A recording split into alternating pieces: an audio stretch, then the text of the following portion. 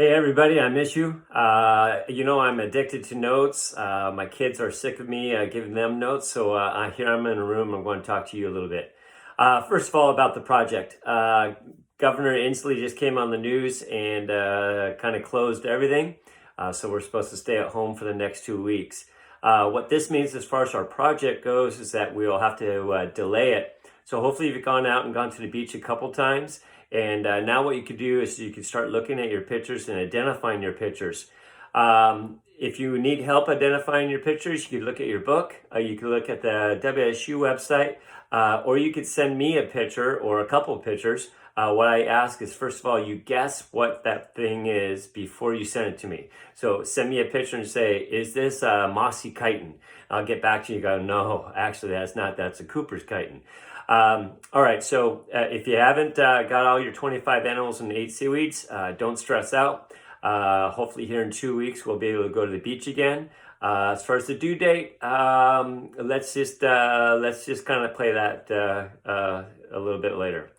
Anyways, I want to give some notes today. Got 2 animals of the day. The first animal of the day got barnacles. So first of all, I got my barnacles little poster right here.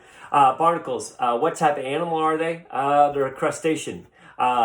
Next thing I got here as far as our project goes is what we have to know is their life cycle. So they have a meroplankton stage. Now hopefully you saw the barnacles in the tank of joy, and what you saw is that there's something that's coming out like this, and it's like this little eyelash thing. What that is this right here. It's called the cirri. Inside the barnacle little thing like this, there's these plates right here that when the water is over the barnacle animal, these plates open up and then the cirri comes out. Now the cirri has 2 purposes. One purpose is get oxygen, and the other purpose is to waft food into its mouth. And its mouth is right down here. So it's going to be coming out there, it's going to be getting like detritus and things like that, and it's going to kind of wave it down, create a current, and then it's going to go right down in its food. So it gets food and it gets oxygen. If we're in school, we do a great lab in which we get these barnacles out. We put them in cold water, and then we put them in the hot water. And we count how many times they come out in cold water and hot water. And we see which one they come out more in. Now, I'm going to pause for just a little minute because I want you to come up with a guess. Which one would they come out more in? Cold water or hot water? I'm going to pause in 3, 2, 1. You're right. They're going to come out more in hot water. Hot water has less oxygen, so what they got to do is they got to come out more to just get the little bit of oxygen that's in there. It'd be like if we've got this room and we take out the oxygen in this room, we start to hyperventilate to try to get oxygen.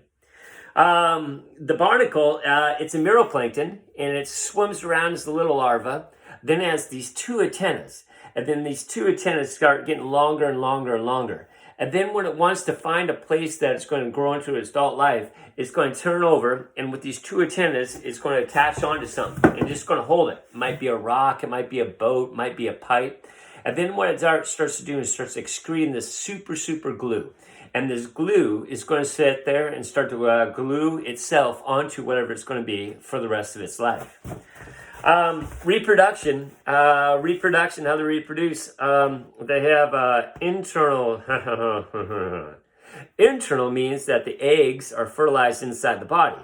So what that means is that each one of these has a he and a ha.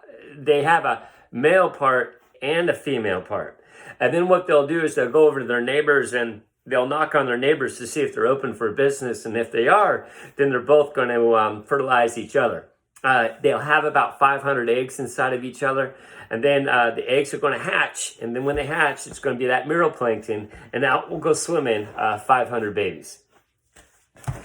There's 4 main types of barnacles you see down at the beach. The first one are called little brown barnacles.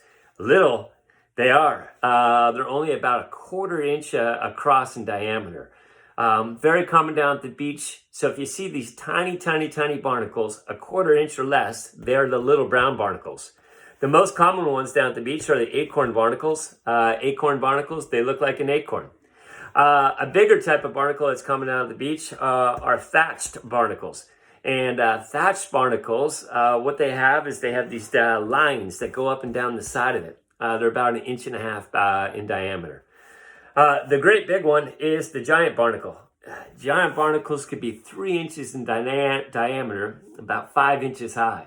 The cirri itself is going to be another 2 inches long, and it's going to be a purple cirri. These are a little bit harder to find. You got to go diving to see these. Sometimes you get lucky and you see one of them that's down at the beach. You might be thinking about it. Can you eat one of these? I mean, if the cirri is 2 inches and it's a 5-inch animal, yeah, you can. In fact, in a lot of places, it's considered to be a delicacy. So that's our first animal. It's the barnacle. Why not? Having fun. Let's do another one. Next animal, let's talk about crabs for a minute. Kind of go through the same pattern that we did before. Crabs, what type of animal they are? They're a crustacean. They have a meroplankton stage. There's some terminology associated with crabs. It can't be called the shell. The top of the crab, it's not a shell. Shells are made up of calcium carbonate. Since this is a crustacean and they have an exoskeleton made out of chitin, we have to call it something else. And what it is called is the carapace, a carapace.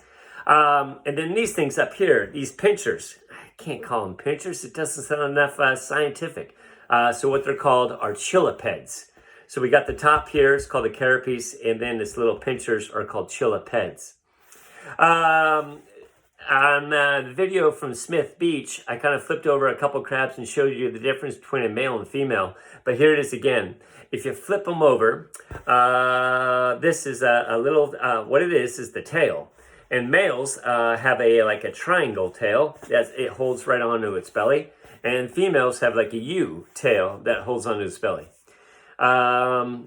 Next thing, how they reproduce, they have internal, because underneath that tail is it's he or ha. So the females, they're going to get pregnant right here. And then this thing is just going to start to fill up with eggs. And again, they'll have anywhere from 300 to 500 eggs. Types. A couple types that you see down at the beach. One is the red rock crab. And then there's the Dungeness crab. There's a couple ways you can tell red rock crab from a Dungeness crab. A red rock crab is brick red in color. And the Dungeness crab has like a little reddish purple color. Another way you can tell the difference, red rock crabs, the tips of its chilipeds are black. Whereas the Dungeness crab, the tips of the chilipeds are white. There's the third difference. The front of the carapace of a red rock crab is a little bit wavy. And the front of the carapace of a Dungeness crab has these white spikes that go out. Third type of crab found down here around the beach is the kelp crab. Kelp crab are kind of olive green in color. And they have this weird shape. It has like a weird carapace shape. It kind of has a point right there. Has these big long chilipeds that go off there. We got the red rock crab, we got the Dungeness crab, then we got the kelp crab. Now, you turn over a rock, there's a whole bunch of shore crabs. What makes a shore crab different is it has a straight front carapace. Shore crabs, they only get to be about 1 inch, maybe 2 inches across. That's as big as they ever get in their whole life. You turn over a rock, you're going to see lots of different types of shore crabs. Common ones around here is the purple shore crab, the green shore crab, and the yellow shore crab. So here in 2 weeks, when you go back to the beach, turn over some rock, and you're going to see these little shore crabs look around. If it has a straight front carapace, you know it's a shore crab. Then identify it by its color. Well, maybe you'll have to watch this video again. I'm going to have an assignment, kind of a worksheet, so we can kind of review all this stuff. We're not going to have a test over this material. All this stuff is to help us with the project. Our next one is going to be talking about mollusk gastropods, and that's going to be coming to us next class. All right, like I said, I miss you. I miss giving you notes to you, and most importantly, I miss laughing with you guys. Hopefully, I'll see you soon. All right, thanks. Bye.